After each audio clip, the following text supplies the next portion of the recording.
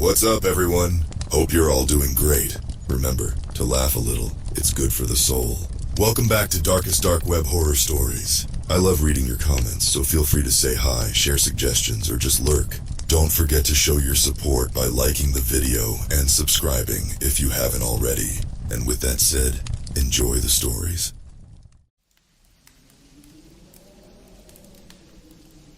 Oh man, I'm so screwed. My hands are shaking as I type this. I don't know how much time I have left. I need to warn you all about what happened. About the stream that went to hell. Maybe you saw it live. Maybe you thought it was just another fake-ass prank show. It wasn't fake. None of it was fake. My name's Jake. I run a YouTube channel called Jake's Wild Ride. Nothing special. Just me and my buddies doing stupid shit in the woods. Camping, ghost hunting, urban exploring. You know the drill. Last week, we decided to do a 24-hour live stream from Skinwalker Forest. Yeah, I know. Dumb fucking name, right? But that's what the locals call it. It's this creepy-ass stretch of woods, way out in the middle of bumfuck nowhere. The plan was simple. Me and my crew, Lisa, Dex, and Kira, would camp out there overnight. We'd tell spooky stories, do some exploring, maybe stage a few scares for the viewers. Standard clickbait bullshit. God, I wish that's all it had been. It started off normal enough. We hiked out to our campsite, cracking jokes and chugging energy drinks. The chat was blowing up, everyone excited for the show. We set up the tents as the sun went down. That's when things got weird. First, it was the noises. Howls echoing through the trees. Not like a wolf or coyote. This shit sounded wrong. Like something trying to mimic an animal cry but not quite getting it right. Just the wind, Dex said with a nervous laugh, but I could see the fear in his eyes. Then came the lights, flickering pinpricks of red and blue dancing between the trees. We tried to chase them, but they always stayed just out of reach. The chat was going crazy. Half the viewers thought it was awesome special effects. The other half were freaking the fuck out, telling us to get out of there. I wish we'd listened. As the night wore on, things got worse. We kept seeing something out of the corner of our eyes. A tall, skeletal figure lurking at the edge of the firelight. But every time we turned to look, it vanished. Lisa was the first to lose it. She started babbling about eyes watching us from the dark. How the thing out there wasn't human, wasn't animal, was something else entirely. I tried to calm her down, but deep down I was just as scared. This wasn't part of the plan. This was real. The chat was split. Some people were loving it, thinking we were putting on one hell of a show. Others were genuinely worried, spamming the chat with warnings about skinwalkers and other Native American legends. I didn't know what to believe. Part of me still thought it might be an elaborate prank. That Dex or Kira had set this all up without telling me. But then I saw it, clear as day in the glow of the campfire. A face, pale white, with empty black sockets where the eyes should be. A mouth stretched impossibly wide in a twisted grin. It was only there for a second before melting back into the shadows. But that was enough. I screamed. The others screamed. The chat exploded. And that's when all hell broke loose. Everything went to shit real fast after that. Dex grabbed the main camera and started running. Smart move, I guess. Keep the stream going, right? Gotta get those sweet, sweet views. I snatched up my backpack and bolted after him.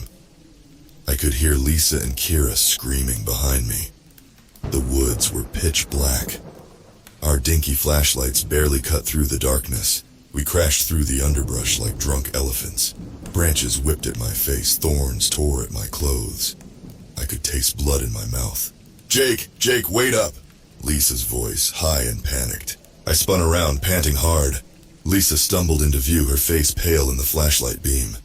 Kira was right behind her. Where's Dex? Kira gasped. Fuck, I'd lost sight of him in the chaos. A howl ripped through the night, closer than ever. We all flinched. We gotta find Dex, I said, trying to sound braver than I felt. He's got the main camera and all our food. Lisa let out a hysterical laugh. Food? You're worried about food? There's something out there, Jake. Something hunting us. I checked my phone. The live stream was still going, comments flooding in faster than I could read. Some people still thought it was all an act. Others were freaking out, begging us to call for help. All right, listen up, I said, taking charge. We stick together, find Dex, then get the fuck out of here, got it? They nodded, eyes wide with fear. We moved slowly through the forest, calling Dex's name. Every snapping twig made us jump. Every shadow looked like a monster ready to pounce. The chat was going nuts. People were saying they saw faces in the darkness behind us, skeletal hands reaching for our shoulders. I tried not to look. After what felt like hours, we heard Dex's voice. Guys, I'm over here! We rushed toward the sound. Dex was huddled under a big oak tree, the camera clutched to his chest. Jesus, dude, you okay? I asked. He looked up at me, his face pale and drawn. I saw it, Jake. Up close, it looked like my mom. A chill ran down my spine. Dex's mom had died last year. What do you mean it looked like your mom? Kira asked, her voice shaking. Dex swallowed hard. It was her, but wrong. Her face was all stretched out, and her eyes... Fuck. Her eyes were just empty sockets. Lisa started to cry. I didn't blame her. This was way beyond anything we'd signed up for. I checked the stream again. We'd lost connection at some point. Probably for the best. I didn't want the whole internet watching us die. A twig snapped nearby. We all froze. Slowly, I turned my flashlight toward the sound. There, just at the edge of the light, stood a figure. Tall and impossibly thin, with limbs bent at unnatural angles. Its skin was a patchwork of human faces, all twisted in silent screams. It reached out a hand, fingers too long, too sharp. Run, I whispered. We ran, through the darkness, branches tearing at our skin, roots trying to trip us. I could hear it behind us, moving far too fast for something that big. We burst into a small clearing. In the center stood a decrepit old cabin. Inside, I yelled. We piled through the door, slamming it shut behind us. I fumbled for my flashlight, scanning the room. Empty, thank God. Just broken furniture and years of dust. Block the door! Kira shouted. We shoved an old bookcase in front of the entrance. Not much, but better than nothing. For a moment, all was quiet except for our ragged breathing. Then a soft scratching at the door. Lisa whimpered. I pulled her close, trying to offer some comfort. The scratching grew louder. The bookcase started to shake. Dex raised the camera, his hand trembling. If anyone's still watching, he said, his voice cracking, please, send help. This isn't a show anymore. This is real. And we're all going to die here. The door exploded inward in a shower of splinters, and that's when I saw its face. Really saw it. Oh God, oh fuck, it was my face. Grinning back at me with too many teeth, I screamed. I don't know how long I screamed. Felt like forever. When I finally stopped, my throat was raw and my ears were ringing. The thing with my face was gone. The door hung open, cool night air drifting in. What the fuck was that? Lisa whispered, her voice shaking. I shook my head, unable to speak. My brain couldn't process what I'd seen. Dex was hunched in the corner, still clutching the camera. His eyes were glassy, unfocused. Mom, he mumbled. Mom, is that you? Kira slapped him hard across the face. Snap out of it, she yelled. That thing isn't your mom, Dex. It's fucking with our heads. I checked my phone again. Still no signal. The live stream was dead. We gotta get out of here, I said, my voice hoarse. Find the car, get back to civilization. How? Lisa demanded. We don't even know where we are. She had a point. In our panic, we'd run blindly through the woods. We could be miles from our original campsite. A low chuckle drifted through the open door. It sounded like my voice, but wrong. Distorted. Oh, what's wrong, Jake? It said. Don't you want to play anymore? Ice flooded my veins. That thing was out there waiting. Close the door, I hissed. Kira moved to shut it, but stopped short with a gasp. Guys, she whispered. Look. I peered over her shoulder. My blood ran cold. The forest was gone. Instead, we were looking at us. Our campsite from earlier that night. I could see myself sitting by the fire, laughing at something Dex had said. What the actual fuck? Lisa breathed. As we watched, the scene shifted. Now we were back in my apartment planning the trip. Then we were in the car, driving to the forest. Each memory played out in perfect detail. It's like we're watching our own past, Kira said. The images flickered and changed again. This time I saw myself as a kid, crying as my dad walked out the door for the last time. A memory I'd buried deep. How is it doing this? I muttered. How does it know? Dex let out a strangled cry. I turned to see him staring at his own private horror show, probably the day his mom died. Don't look, I shouted, yanking him away from the door. It's not real, it's trying to trap us. I slammed the door shut, cutting off the stream of memories. For a moment, we all just stood there, panting.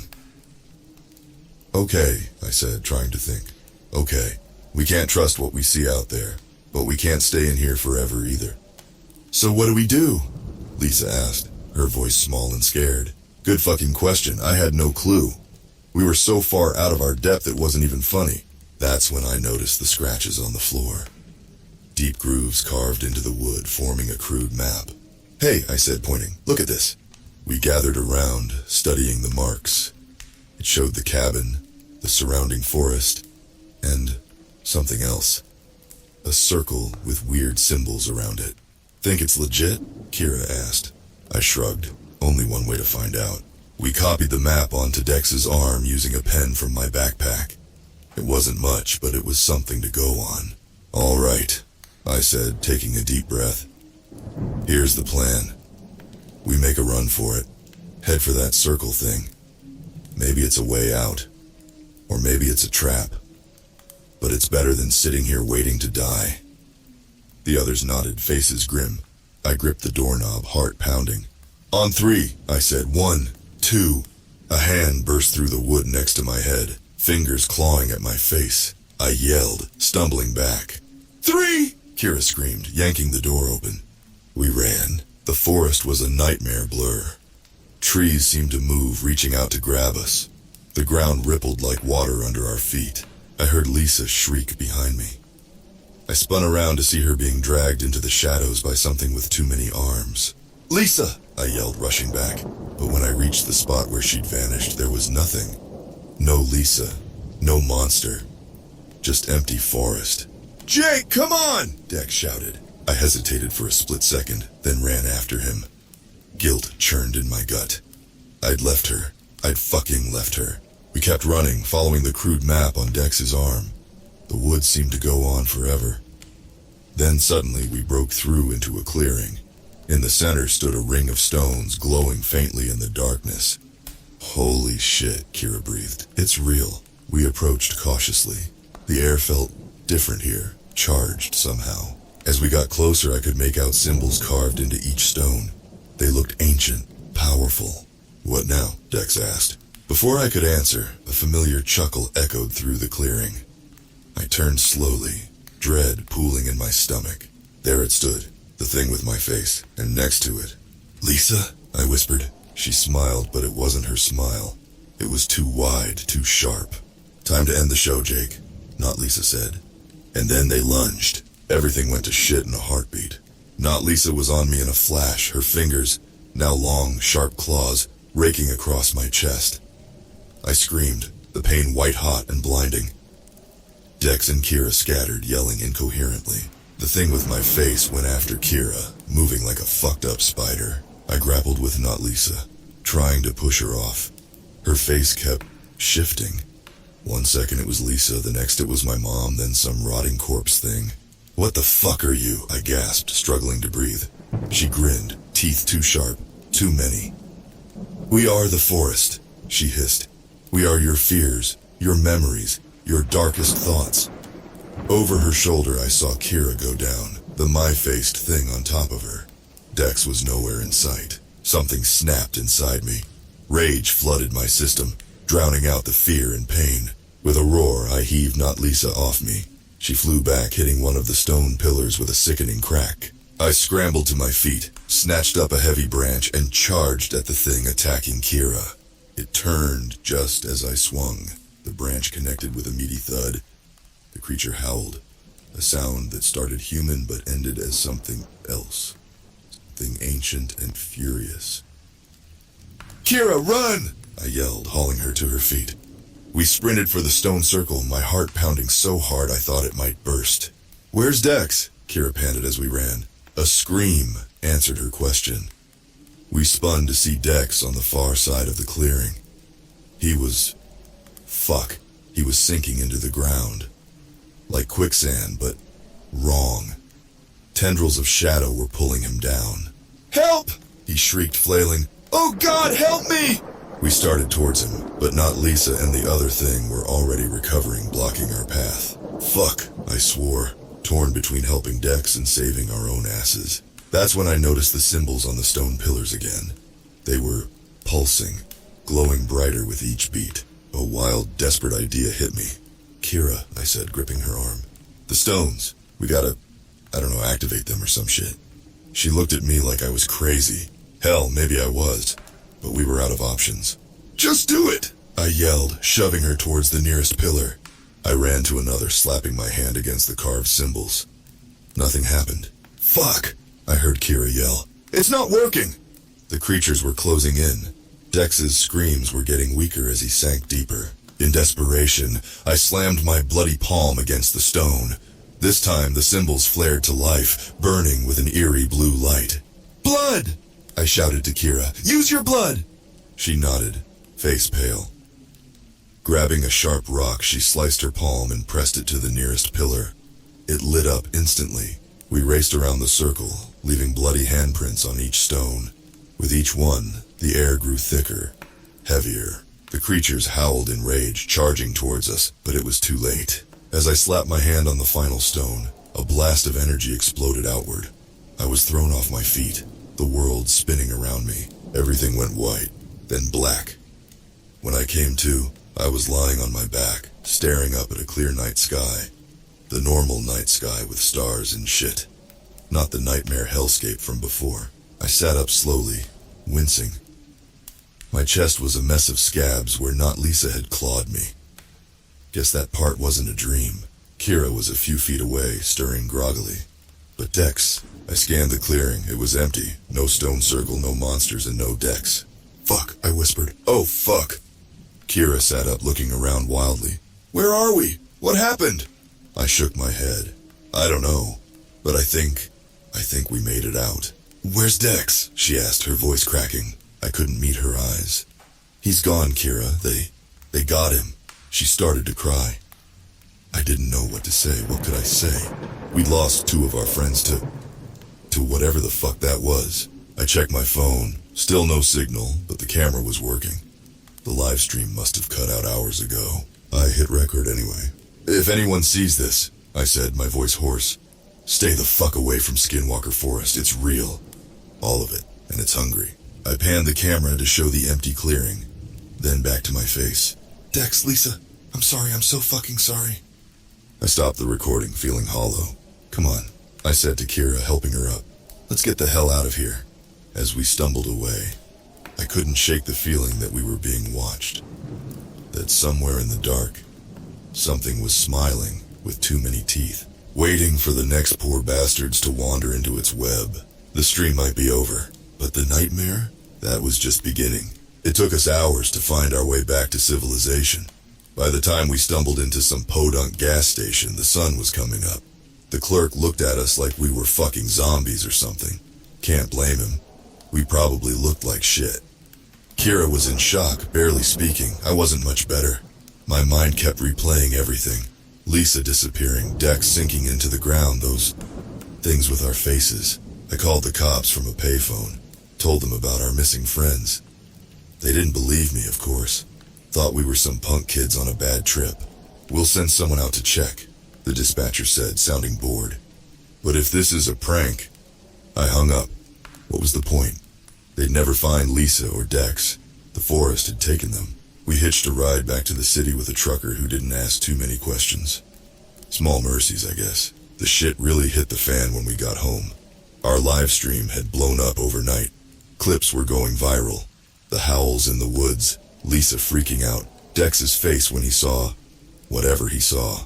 Most people thought it was fake, an elaborate hoax, some viral marketing bullshit. But some believed. They'd seen something in those woods. Something that couldn't be explained away. My phone blew up with messages. Missed calls from my parents, our friends, even some news stations. I ignored them all. Kira and I holed up in my apartment, trying to figure out what the fuck to do next. How do you even begin to explain something like this? We should go to the media, Kira said, her voice hollow. Tell them everything. I shook my head. They'll never believe us. We'll end up in the nut house. Then what? She demanded. We just pretend it never happened?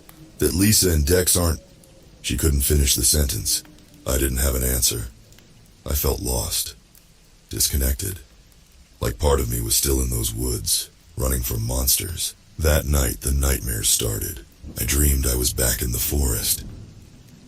But this time, I was the monster. Chasing my friends through the trees, hunger gnawing at my insides.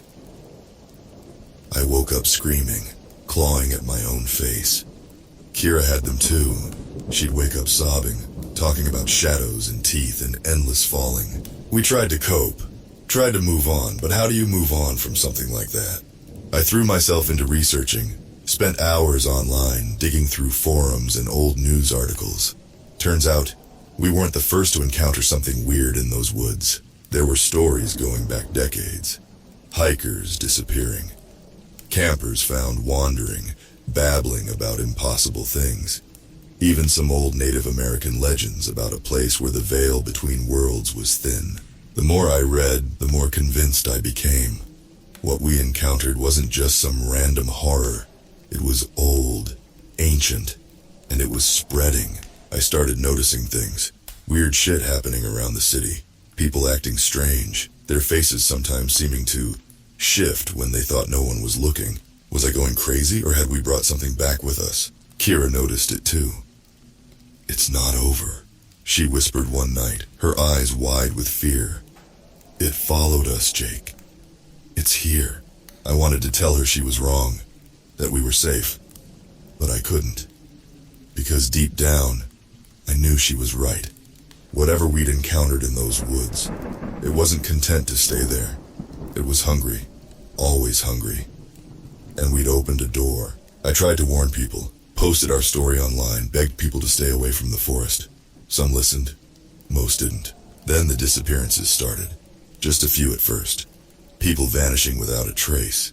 The cops were baffled, but I knew we'd brought this on ourselves, on everyone. Kira couldn't handle it. I found her one morning, overdosed on sleeping pills. The note she left just said, I'm sorry, I can't run anymore. I was alone now. The sole survivor of a nightmare that wouldn't end. As I sit here typing this out, I can feel it. The forest. Watching. Waiting. I don't know how much longer I can resist its pull. So this is my final warning. My confession. My plea. Stay away from Skinwalker Forest. Don't go looking for thrills or views or whatever the fuck we thought we'd find. Because once you enter those woods, you never really leave. A part of you stays there, feeding it, becoming it, and sooner or later it'll come for the rest. If you're reading this, it might already be too late.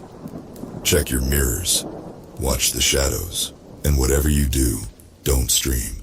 It's been 3 months since I posted that warning. 3 months of pure fucking hell. I thought I was paranoid before. That was nothing compared to now. The city's changed. Or maybe I have. Everything feels wrong, twisted. Like reality's coming apart at the seams. People are still disappearing. More every week. The cops are clueless. They've got no fucking idea what they're dealing with. But I do. I see them. The not quite right faces in the crowd. The shadows that move when they shouldn't. The eyes that reflect light like an animal's. It's here, the forest, the hunger, spreading like a cancer. I tried to fight it at first. Kept posting warnings online. Tried to get people to listen. But they shut me down. Banned my accounts for spreading misinformation. Fucking idiots. So I went underground. Found others who believed. Who'd seen things they couldn't explain. We formed a group. A resistance, I guess you could call it. We meet in secret, share information, try to figure out how to stop this thing before it's too late. There's this one guy, Marcus, ex-military or some shit. He's got theories about what we're dealing with. Says it's not just one entity, but many. A whole ecosystem of interdimensional predators. They're parasites, he told us one night, eyes blazing with a mix of fear and excitement. They latch onto our world, feed on our fear, our pain, and they're getting stronger. I don't know if he's right, but I do know we're in deep shit. Last week we tried to mount an expedition back to Skinwalker Forest. Thought maybe we could find some answers or at least gather evidence. It was a fucking disaster. We lost 3 people in the first hour. Just gone, swallowed by the woods. The rest of us barely made it out alive. But we found something. An old journal, hidden in the ruins of a cabin deep in the forest.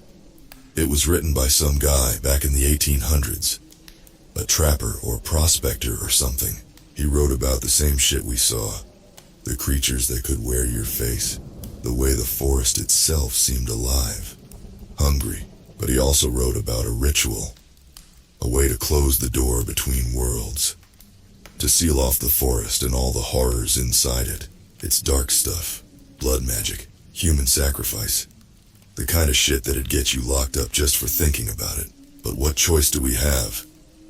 This thing is spreading. Growing. If we don't stop it now, there might not be a world left to save. So we're planning one last mission. A final push into the heart of the forest. To perform the ritual and end this nightmare once and for all. I know the risks. Chances are none of us are coming back. But if it means stopping this thing, saving all those innocent people, it's worth it. I'm recording this as a final testimony. A record of what really happened in case we fail. In case the darkness wins. To anyone who finds this, I'm sorry. Sorry we unleashed this horror on the world. Sorry we were too fucking stupid to leave well enough alone. But don't make the same mistakes we did. Don't go looking for thrills in dark places. Don't stream your adventures for likes and views. Because the things watching from the shadows, they're real. They're hungry. And once they notice you, they never look away. If you're reading this and the world's still normal, count yourself lucky. Hug your loved ones. Enjoy the sunlight. But if things have gone to shit, if the shadows are moving and people are vanishing, then I'm sorry. We failed. And may whatever God you believe in have mercy on your soul. This is Jake signing off for the last time. If I don't make it back from the forest, tell my story, warn others. And whatever you do, don't look too long into the dark. Because sometimes the dark looks back. If you're watching this, then fuck, I guess we failed. This is the final stream. The last chapter in this fucked up story. I'm back in Skinwalker Forest. Yeah, I know. Stupid, right? But we didn't have a choice. This thing, this darkness, it's spreading too fast. We had to try to stop it. There were 5 of us when we entered the forest. Now it's just me. Marcus was the first to go. One minute he was there, the next, just gone. No sound, no struggle, just empty fucking air where a person used to be. The others, God, I can still hear their screams. But I made it. To the heart of the forest. To the place where it all began. I'm in a clearing now. There's a stone altar here, ancient and covered in moss. The air feels thick, heavy, like reality itself is having trouble holding together. I've got the journal, the ritual. One last shot at closing the door between worlds. My hands are shaking as I set up the camera. One last stream for all the poor bastards still out there. A record of what happened. A warning. Hey, I say, forcing a grin at the camera. If you're watching this, well, you really shouldn't be. Turn it off. Go hug your family. Enjoy your normal monster-free life. I take a deep breath, trying to steady myself. But if you can't look away, if you're drawn to this like a moth to flame, then I guess you're fucked like the rest of us. I hold up the old journal, its pages yellow and brittle. This better fucking work, I mutter. I start the ritual. Ancient words I don't understand, scratched onto the altar in my own blood. the air grows colder, darker. I can hear them now, moving in the trees, watching, hungry. A wind picks up, howling through the clearing. The trees bend and sway, whispering in voices almost human. "Come on," I growl, pressing harder. Blood drips from my palm onto the altar. The ground begins to shake, a low rumble that builds to a roar. And then I see them, emerging from the shadows, creatures of nightmare. Faces I recognize twisted into impossible shapes. Lisa, Dex, Kira, Marcus, all of them and none of them. They move closer, circling the altar, watching with eyes that aren't eyes. I keep chanting, my voice rising to a shout. The wind becomes a gale, tearing at my clothes, my skin. The creatures lunge. I scream the final words of the ritual, and the world tears. Reality splits open like rotten fruit. I see everything, every possible world, every horror and wonder in the universe. For a moment I understand. The forest, the hunger, the endless cycle of fear and feeding. And I realize the terrible truth. We didn't bring this darkness into our world.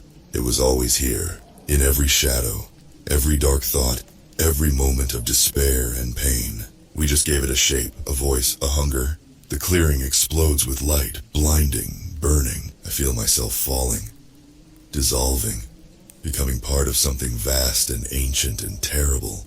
With my last ounce of strength, I look at the camera, still recording, still streaming our death to an uncaring world. "I'm sorry," I whisper. And then, nothing. The video cuts to static. A message appears on the screen. "This stream has been terminated due to violations of community guidelines." Below the message, a comment section begins to fill. User 476. "Whoa, that was intense. Great effects. Livestream fan 2. Fake as hell, you can see the strings." Paranormal Hunter. "Guys, I don't think this was fake." Shadow Watcher. "It's real. They're coming. God help us all." Mod. "This stream has been flagged for review. Please do not share or re-upload this content." The comments continue to scroll, a mix of disbelief, fear, and dismissal. In the background, unnoticed by the viewers, a shadow moves across the screen. A face appears just for a moment, smiling with too many teeth. The stream ends.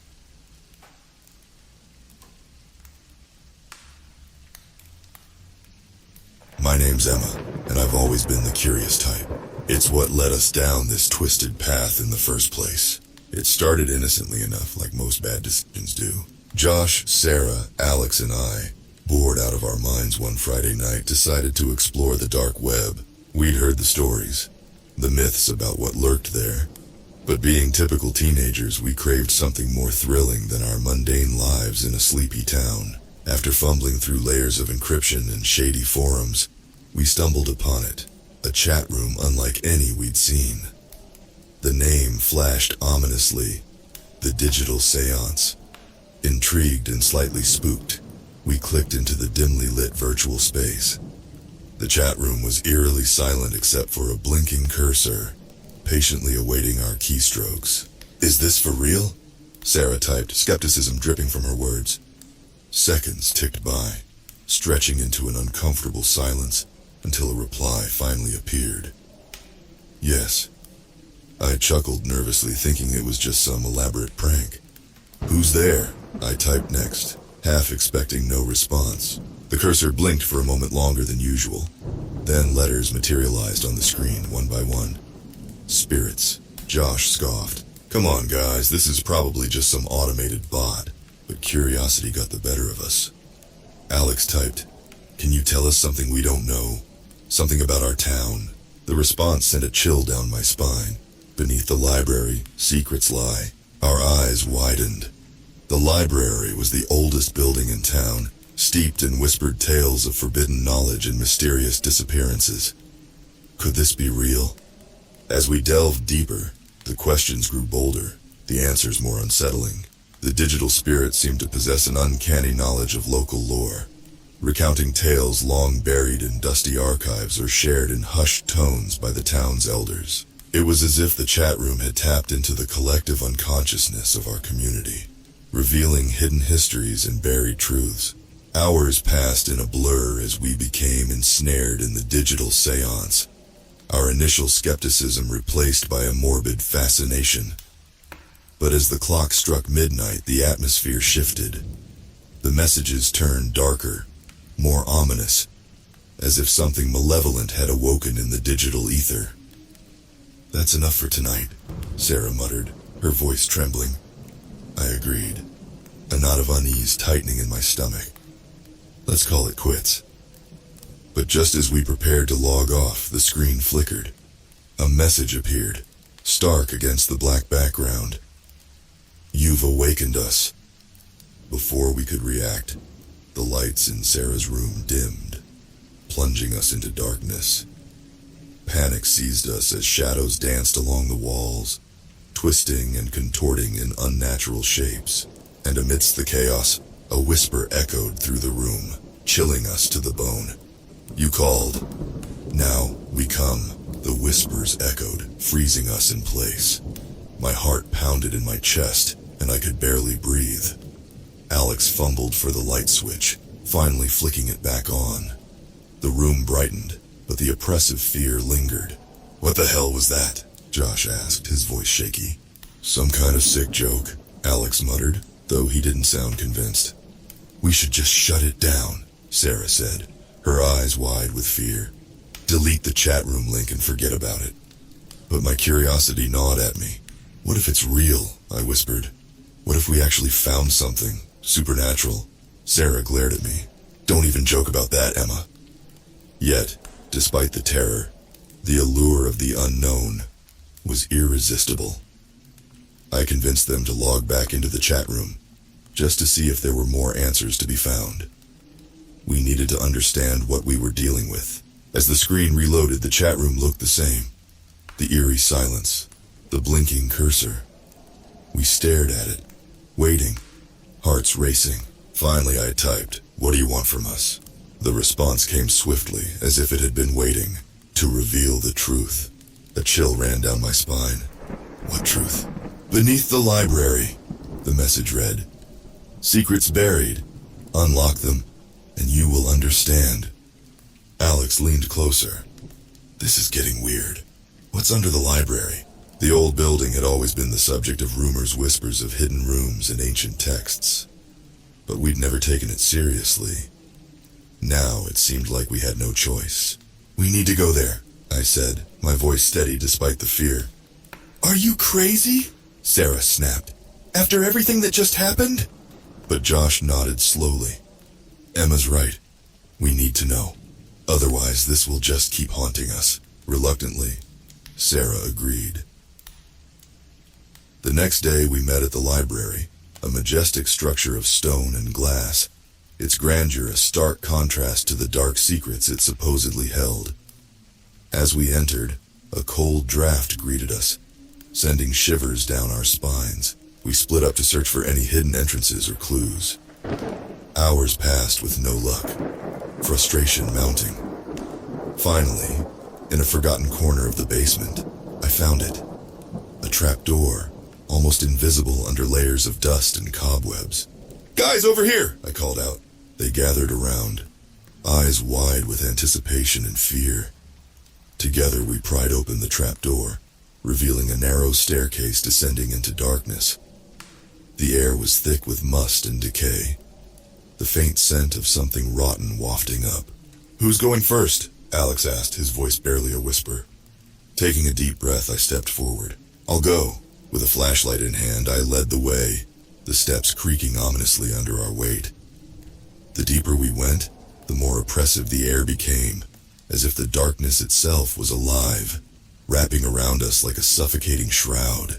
At the bottom, we found a room lined with shelves filled with old, leather-bound books. But it was what lay in the center that caught our attention. A stone altar, stained with something dark and ancient. On the altar was an old, tattered journal. I picked it up, the pages brittle under my fingers. As I read, my blood ran cold. It was a diary of rituals, sacrifices, and dark magic performed by the town's founders. "We need to get out of here," Sarah said, her voice trembling. But before we could move, a cold, ghostly hand gripped my arm. and a whisper filled my mind. You can't escape now. The icy grip tightened, freezing me in place. I could feel the malevolent presence seep into my bones. The others stared at me, their faces pale with terror. Emma, what's wrong? Alex asked, his voice barely a whisper. I couldn't speak. My mind was flooded with horrific visions, screaming faces, blood-soaked rituals, and shadowy figures performing unspeakable acts on the stone altar. I could feel their pain, their terror, as if I were living it myself. Get her out of here, Josh yelled, breaking the spell. Alex and Josh grabbed my arms, dragging me back up the stairs. Sarah led the way, her flashlight bobbing in the darkness. The air grew colder with each step, the whispers of the damned echoing around us. As we burst out of the trapdoor, slamming it shut behind us, the oppressive presence seemed to lift slightly, but the fear still clung to us like a second skin. We need to get rid of that journal, Sarah said, her voice shaking. Burn it, destroy it, anything. I nodded, clutching the diary to my chest. Let's do it. Back at Sarah's house, we gathered in the backyard. Josh doused the journal with lighter fluid, and Alex struck a match, setting the ancient pages ablaze. As the flames consumed the book, a high-pitched wail filled the air, echoing through the night. It's over, Sarah whispered, watching the ashes scatter in the wind. It has to be. But deep down, I knew it wasn't. The spirits were awake and they weren't going to let us go that easily. The next few days were a blur. We tried to return to normal, pretending that everything was fine. But the nightmares came, relentless and vivid. Each night, I found myself back in that dark room, watching the rituals play out in gruesome detail. The faces of the victims were hauntingly familiar friends. Family. Even us. One evening, as I sat in my room, the computer screen flickered to life on its own. The chat room was back. The words, "We are not finished," glowing ominously on the screen. My heart pounded. "What do you want?" I typed, my hands shaking. "Blood, sacrifice, rebirth." I recoiled, bile rising in my throat. "No, we won't do it." The reply was immediate. "You have no choice." The room grew colder, shadows creeping along the walls. A dark, swirling vortex appeared on the screen, and from it, a ghostly hand emerged, reaching toward me. I screamed, stumbling back. My bedroom door flew open and my parents rushed in, their faces etched with concern. "What's wrong, Emma?" my mom asked, eyes wide. I pointed at the computer, but the screen was blank, the eerie presence gone. It was the spirits. They're still here. My parents exchanged worried glances. "You need rest," my dad said gently. "We'll get through this." But rest was the last thing I found. That night, the dreams took a darker turn. I was in the library basement again, but this time the spirits surrounded me, their eyes glowing with malice. "You summoned us," they chanted. "Now you must pay." I woke up drenched in sweat, a scream caught in my throat. The clock read 3:33 a.m., the witching hour. I knew then that this wasn't over. We had to find a way to stop them, to send them back to whatever hell they'd come from. The next day I gathered the group. "We need to finish this," I said, my voice resolute, "before it's too late." Josh nodded, his expression grim. "What's the plan?" "We go back to the library," I said. "Find out what they want and end it. For good." The decision to return to the library was met with trepidation, but fear wasn't enough to stop us. We couldn't live with the nightmares, the constant feeling of being watched. We had to end it. We gathered supplies, flashlights, a crowbar, and whatever talismans we could find online that promised protection from evil spirits. It felt ridiculous, like a bad horror movie. But we were desperate. As the sun set, casting long shadows over the town, we met at the library. The building loomed over us, a silent sentinel keeping its dark secrets. We crept inside, avoiding the gaze of the librarian who was locking up for the night. In the basement, the trapdoor waited, almost like it was taunting us. Josh pried it open with the crowbar, and we descended into the darkness once more. The room was just as we left it. Musty, cold, and filled with an unsettling aura. The stone altar stood in the center, stained with the remnants of ancient rituals. My flashlight flickered as we approached it, the beam cutting through the thick, oppressive air. "We need to find out what they want," I said, my voice barely a whisper. Sarah shivered, clutching a crude wooden cross. "How do we even begin?" I opened my backpack and pulled out a Ouija board, the old-fashioned kind with the wooden planchette. "This should work," I said, setting it on the altar. "We'll ask them directly." Josh looked uneasy but nodded. "Let's get this over with." We placed our fingers on the planchette, and I spoke the first words. "Spirits, we are here to understand. What do you want from us?" The planchette moved slowly at first, then faster, spelling out, "Sacrifice." A cold sweat broke out on my forehead. "Why?" "To break the curse," the board spelled out. "Blood for freedom." "What curse?" Alex asked, his voice shaking. The planchette spelled out, "Bound by the Founders, trapped in torment, release us." The realization hit me like a punch to the gut. The town's founders had performed dark rituals, trapping the spirits here, using them for their own gain. And now, the spirits wanted revenge, a way out of their eternal prison. "We can't give them a sacrifice," Sarah said, tears streaming down her face. "There has to be another way." But before we could ask more, the room grew colder, the air thick with malevolence. Shadows moved, coalescing into shapes, ghostly figures with hollow eyes and twisted, anguished faces. They circled us, whispering in voices that sounded like nails on a chalkboard. "You called us," they intoned. "You must pay." The flashlight flickered, then went out, plunging us into darkness. Panic set in as the spirits closed in, their icy fingers grazing our skin. I felt a sharp pain in my chest, like something was trying to rip my heart out. "Emma!" Josh screamed. "What's happening?" I couldn't answer. The pain was too intense. I fell to my knees, clutching my chest. The shadows pressed in, and I knew we were out of time. Desperation fueled me as I reached into my backpack and pulled out a knife, its blade glinting in the dim light. "What are you doing?" Alex shouted. I didn't have a choice. "It's the only way," I gasped. With trembling hands, I made a shallow cut on my palm, letting the blood drip onto the altar. The spirits recoiled, their whispers turning into shrieks. The room shook, the ground trembling beneath us. "Go!" I screamed to the others. "Get out of here!" They hesitated, but the growing cacophony of spirits drove them into action. As they scrambled up the stairs, I stayed behind, feeling my strength wane. The spirits' shrieks turned to wails of despair as they were drawn back into the darkness.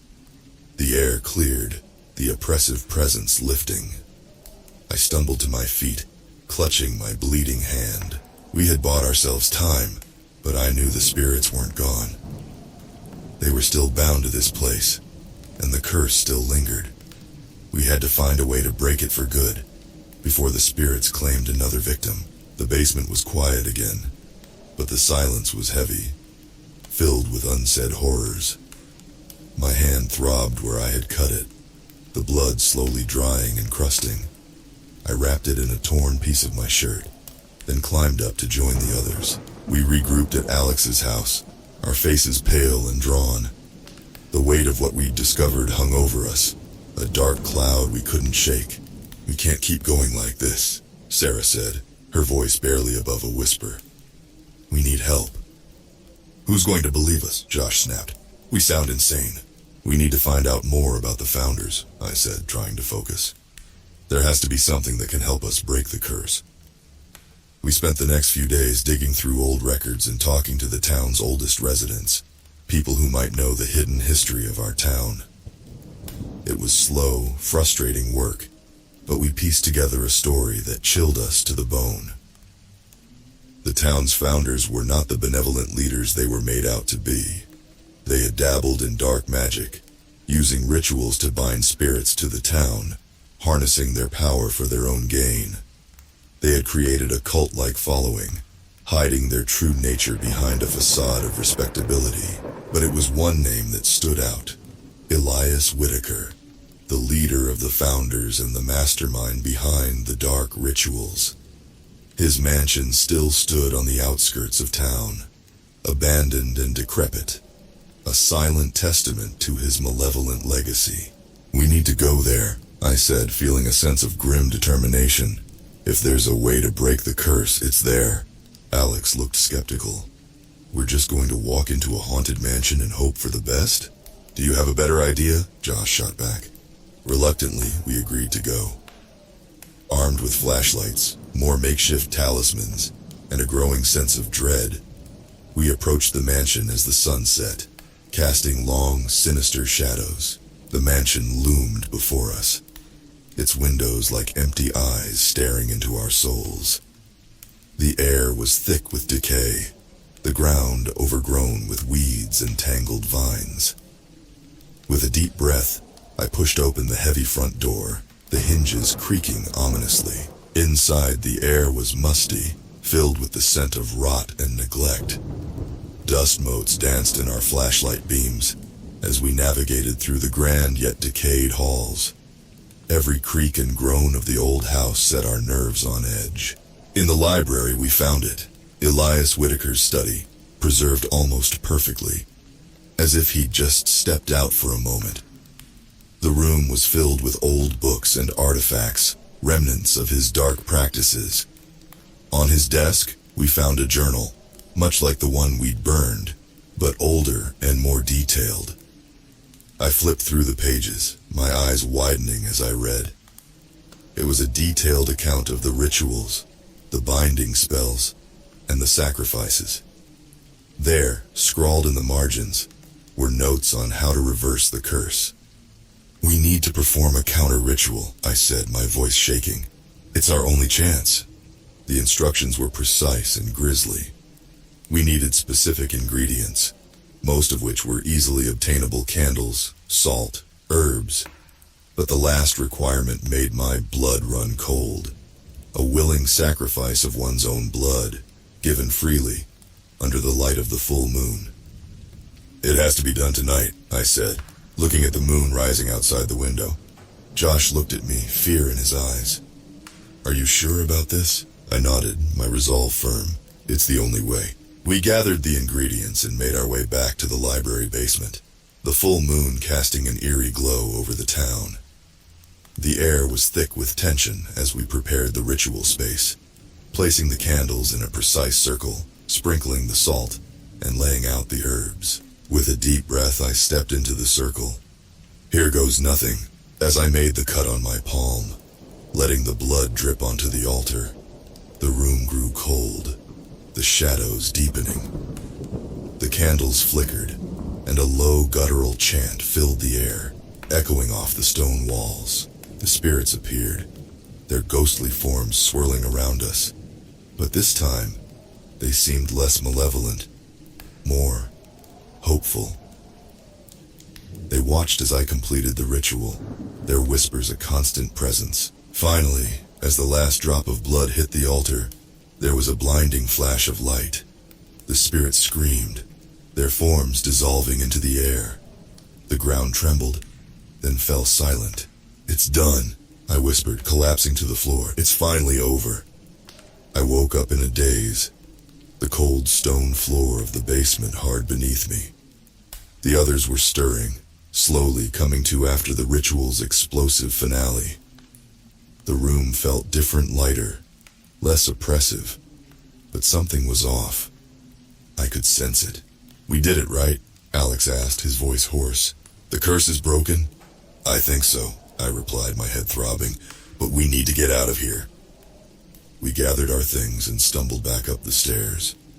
The night air was cool and fresh, a stark contrast to the dank basement. The town was eerily quiet as we made our way back to Sarah's house. "We should be safe now," I said, trying to reassure myself as much as the others.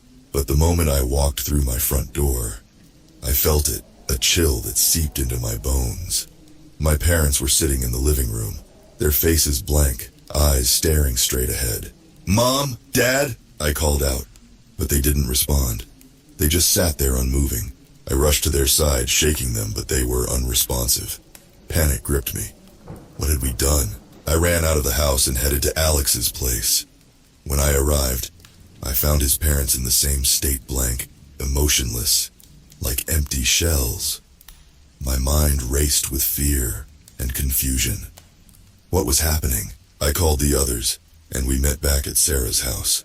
Each of them had encountered the same eerie phenomenon. Everyone in town was in a trance, their eyes vacant, their bodies rigid. This can't be a coincidence, Josh said, pacing nervously. We did something wrong. We need to go back to the library, Sarah insisted. Maybe there's something we missed. Reluctantly, we returned to the library, the dark streets adding to our growing sense of dread. The basement was just as we'd left it, but now it felt even more sinister. I opened Elias Whitaker's journal again, frantically flipping through the pages. There, hidden in the margins of the final entry, I found a chilling note. The spirits demand freedom, but their nature is not benign. Release them, and they will claim their due. Only by binding them anew can the balance be restored. What does it mean? Alex asked, peering over my shoulder. The spirits weren't just trapped. They were imprisoned for a reason, I realized, my heart sinking. They need to be bound again, or they'll take over everyone in town. We have to do another ritual, Josh said, his face pale. But this time, we have to bind them back. We don't have the ingredients, Sarah pointed out, and we barely made it through the last one. Desperation clawed at me. We'll have to improvise. We can't let them take over. We gathered what we could find, a crude circle of salt, melted candle stubs, and my own blood once again. As we prepared, the temperature dropped, and the shadows grew darker. The spirits knew what we were trying to do, and they weren't happy. We have to hurry, I urged, feeling their presence closing in. We stood in the circle, our voices trembling as we chanted the binding spell. The spirits appeared, their forms more solid, their faces twisted with anger and hatred. You cannot bind us again, they hissed, their voices a collective snarl. We will have our freedom. I felt a force pushing against me, trying to break my concentration. My vision blurred, the room spinning. But I couldn't stop. If we failed, everyone in town would be lost. Focus! Josh shouted, his voice cutting through the chaos. We can do this! With every ounce of strength, we continued the chant, our voices growing louder, more determined. The spirits howled, their forms writhing and twisting. The ground shook, and a blinding light filled the room. Then silence. I opened my eyes to find the basement empty. The oppressive presence was gone, replaced by a heavy stillness. We had done it. The spirits were bound once more. But as we made our way back up, a nagging doubt gnawed at me. Had we truly succeeded? Or had we merely delayed the inevitable? The town was waking up, people emerging from their trances, confused but unharmed. Relief washed over us, but the fear lingered. We had confronted the darkness and survived, but I knew it wasn't over. The spirits were still out there, waiting, watching, and they would return. Life in town slowly returned to normal, but the memories of those nights lingered, casting long shadows over our lives. The fear and tension had eased, but we all knew the darkness was only temporarily subdued. We'd managed to bind the spirits again, but the cost was heavy, and the scars ran deep. A few weeks passed, and we tried to return to our routines. School, family, and friends all seemed mundane compared to the horrors we had faced. Yet something wasn't quite right. The lingering sense of being watched never fully left us. One night I woke to the sound of soft whispers. At first I thought I was dreaming, but the voices grew louder, more insistent. They were calling my name. Emma. I sat up, heart pounding. The room was dark, the only light coming from the faint glow of my phone on the nightstand. I grabbed it, the screen lighting up to show a message from an unknown number. Come to the library. My blood ran cold. I knew it wasn't over. I texted the others, and we met outside the library once more, our faces pale and drawn in the moonlight. "We have to finish this," Josh said, his voice firm despite the fear in his eyes. We entered the library, the familiar creaks and groans of the old building adding to our anxiety. The basement door stood open, as if inviting us in. We descended the steps, flashlights casting eerie shadows on the walls. In the basement, we found the trap door to the hidden room ajar. The altar was untouched, but the air was heavy with a sense of foreboding. I opened Elias Whitaker's journal one last time, searching for any clues we might have missed. There, scrawled in the final pages, was a warning we hadn't seen before. "Beware the price of binding. Blood for freedom, freedom for blood. The cycle must be broken by sacrifice." "We need to break the cycle," I said, the realization hitting me hard. We didn't end it, we just reset it. Sarah's eyes widened. "What does that mean? What do we have to do?" "It means we need a true sacrifice," I said, my voice trembling.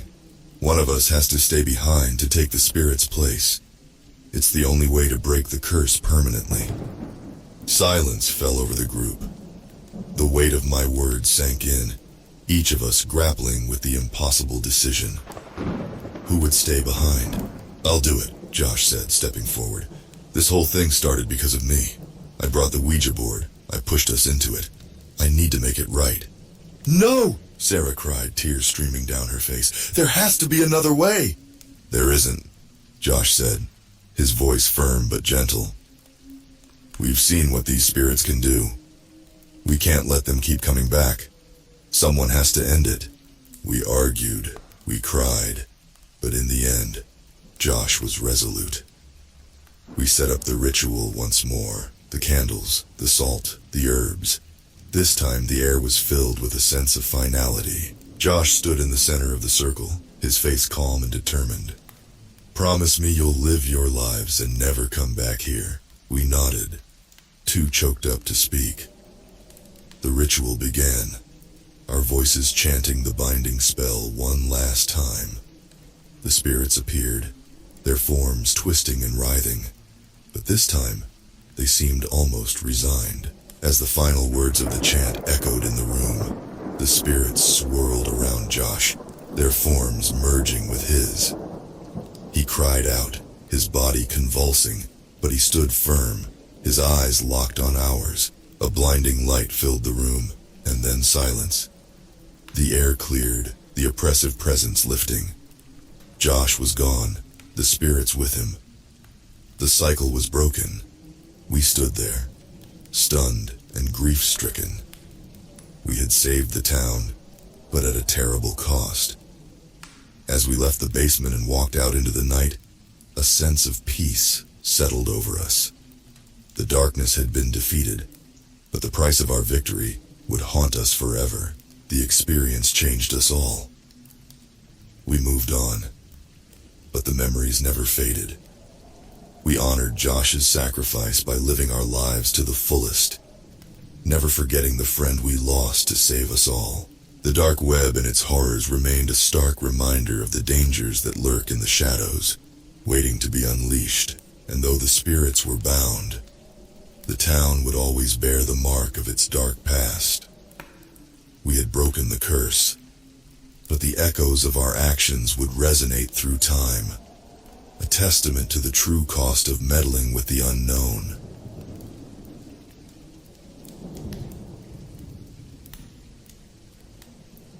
The cursor blinked mockingly at me, a pulsing reminder of my failure.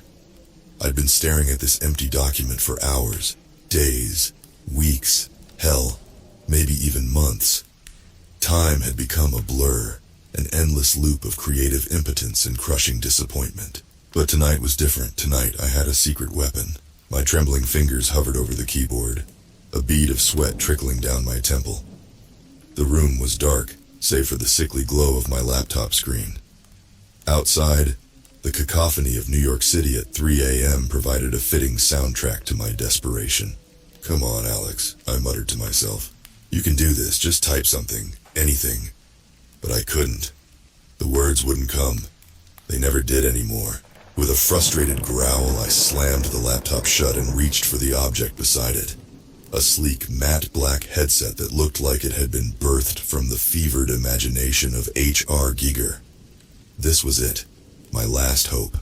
My ticket back to creativity. My potential damnation. As I slipped the headset over my eyes, my mind drifted back to how I'd gotten here. How the once promising artist Alex Reeves had become a husk. A creative void, willing to risk everything for one more spark of inspiration. It had started as these things often do with success. My debut exhibition at a tiny gallery in Chelsea had caught the eye of a prominent critic. Suddenly, I was the talk of the New York art scene. A raw talent, they called me, a visceral explorer of the human psyche. My canvases sold for obscene amounts. I was invited to all the right parties. For a brief, glorious moment, I thought I'd made it. But success, I quickly learned, was a fickle mistress. With each new exhibition, the pressure mounted. The critics wanted more. Bigger, bolder, more shocking, more profound. And slowly, insidiously, the well began to run dry. At first it was just a mild case of artist's block. I'd experienced it before, but days turned to weeks, weeks to months. The blank canvases multiplied in my studio, silent accusers. My agent's calls became more frequent, more desperate. Just one piece, Alex. That's all we need. But I had nothing to give. I tried everything. Meditation, hallucinogens. I traveled to the deserts of New Mexico to participate in ayahuasca ceremonies. I locked myself in sensory deprivation tanks. I even tried one of those cheesy, unleash your inner artist retreats upstate. Nothing worked. As my savings dwindled and my reputation tarnished, I found myself in increasingly dubious corners of the internet, searching for that elusive spark. That's how I stumbled upon the forum, a dark web haven for fringe mystics and digital shamans. Most of it read like the ravings of madmen or edgy teenagers. But there was one thread that caught my eye. The Virtual Shaman, digital enlightenment or damnation. The users spoke of a VR program that allowed you to connect with spirit guides in a digital shamanic experience. They claimed it had unlocked creativity beyond their wildest dreams. Some warned of dangers, of entities that were not what they seemed. But I was far past the point of caution. It took some doing and more Bitcoin than I care to admit. But I got my hands on the program and the headset. Custom built, they said, to optimize the shamanic interface. So here I was, 3 a.m. on a Tuesday, or was it Wednesday? About to plug my consciousness into God knows what, all for the chance to create again. I took a deep breath and pressed the power button. The world exploded into fractal patterns of impossible colors. I felt a sensation of falling, of being pulled in every direction at once. And then, suddenly, stillness. I opened my eyes, or at least I thought I did. I was somewhere else. A vast, empty plain stretched in every direction. The ground a shifting kaleidoscope of colors. The sky, if you could call it that, was a deep, pulsing purple, shot through with veins of electric blue. And there, standing before me, was something. It was humanoid, more or less. But its proportions were wrong. Too tall, too thin. Its skin shimmered like oil on water, constantly shifting and changing. Where its face should have been was a swirling vortex of colors. "Welcome, Alex," it said, its voice resonating not in my ears but in my mind. "I am your guide." I tried to speak, but no sound came out. The entity, my guide, seemed to understand anyway. "You seek inspiration," it said. "You seek to create again. I can help you." Hope surged through me. This was it. This was what I'd been searching for. "How?" I thought. The guide's non-face seemed to smile. "By showing you things no human eye has ever seen. By taking you to places beyond imagination. Are you ready?" I nodded. The world shifted. We were in a city. But not like any city I'd ever seen. The buildings were alive, pulsing and writhing like giant amoeba. The streets flowed like rivers of quicksilver, and the sky was on fire, great sheets of flame rolling across it like waves. "Behold," my guide said, "the city of Everchange. Let it fill you with wonder." And it did. I felt something stir within me, a spark I thought long extinguished. Ideas flowed through my mind, images I desperately wanted to capture on canvas. But before I could fully process what I was seeing, we were elsewhere. A vast forest of crystalline trees, each one a different color, chiming softly in a wind I couldn't feel. A desert of black sand where each grain was a tiny galaxy. An ocean of living light where thoughts swam like fish. With each new vista, each impossible landscape, I felt the creativity surging within me. It was almost painful, like a dam about to burst. "This is amazing," I thought to my guide. "Thank you. I think I'm ready to go back now. I need to paint." But the guide didn't respond. Instead, the world shifted again. We were in darkness. Complete, absolute darkness. I couldn't even see my own body. "Guide," I called out mentally. "Where are you?" "I'm here, Alex," came the response. But the voice had changed. It was darker somehow. Colder.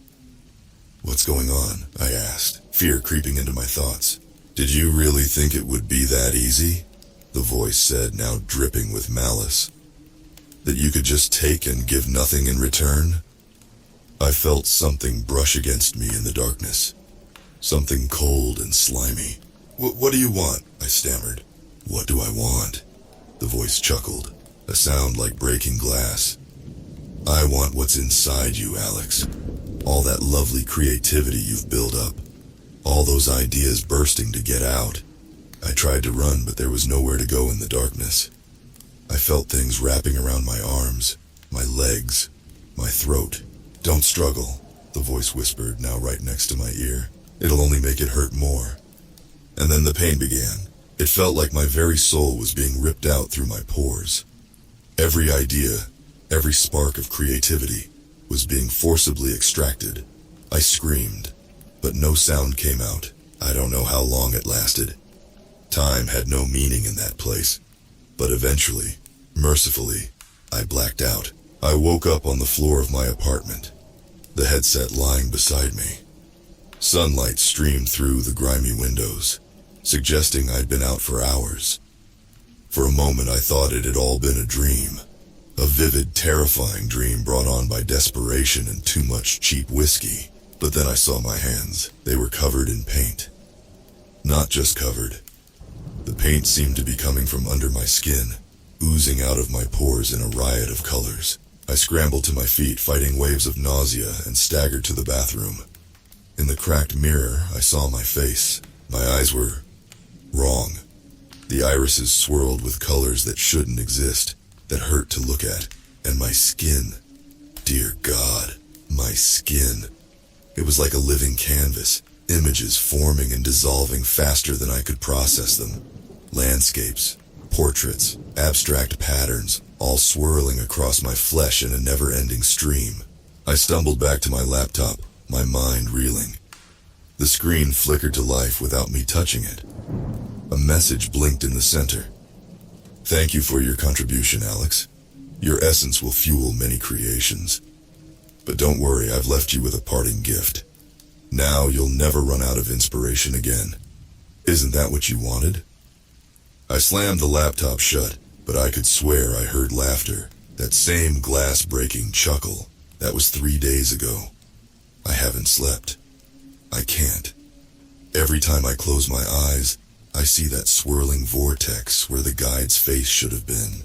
The images haven't stopped. They keep flowing out of me, onto every surface I touch.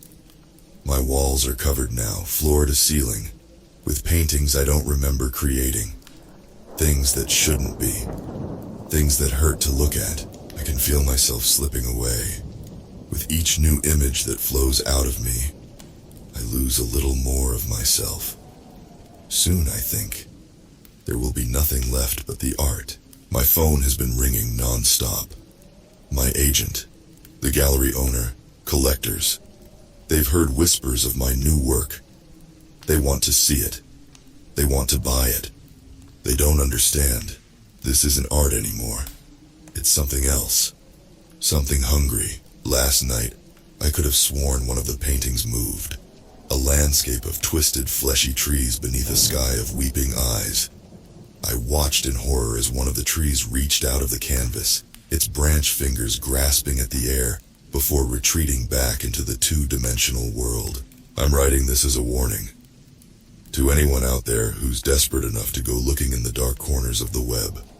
To any artist willing to sacrifice everything for their craft. Be careful what you wish for. Be careful what price you're willing to pay for inspiration. Because sometimes the muse is hungry, and once it gets a taste of you, it never lets go. I don't know how much longer I have before the thing inside me takes over completely. I can feel it growing stronger with each passing hour, with each new grotesque masterpiece that flows from my cursed hands. If you're reading this, please destroy the headset. Wipe the program from existence. And if you see my work in galleries or museums, because I know that's where it will end up, don't look too closely. Don't let yourself get drawn in, because it's not just paint on canvas. It's alive. And it's always, always hungry. For those of you who create, who feel the burning need to make something from nothing, remember this. True inspiration comes from within. It comes from life, from experiences, from the world around you. Not from shortcuts. Not from entities that live in the spaces between reality. I thought I was making a deal to reclaim my creativity. Instead, I've become a prisoner in my own body, a conduit for something beyond human understanding. The canvases are closing in, the paintings are whispering, and I'm fading. If you like today's tales, don't forget to like and subscribe MM13. Help MM13 get to 1,000 subscribers.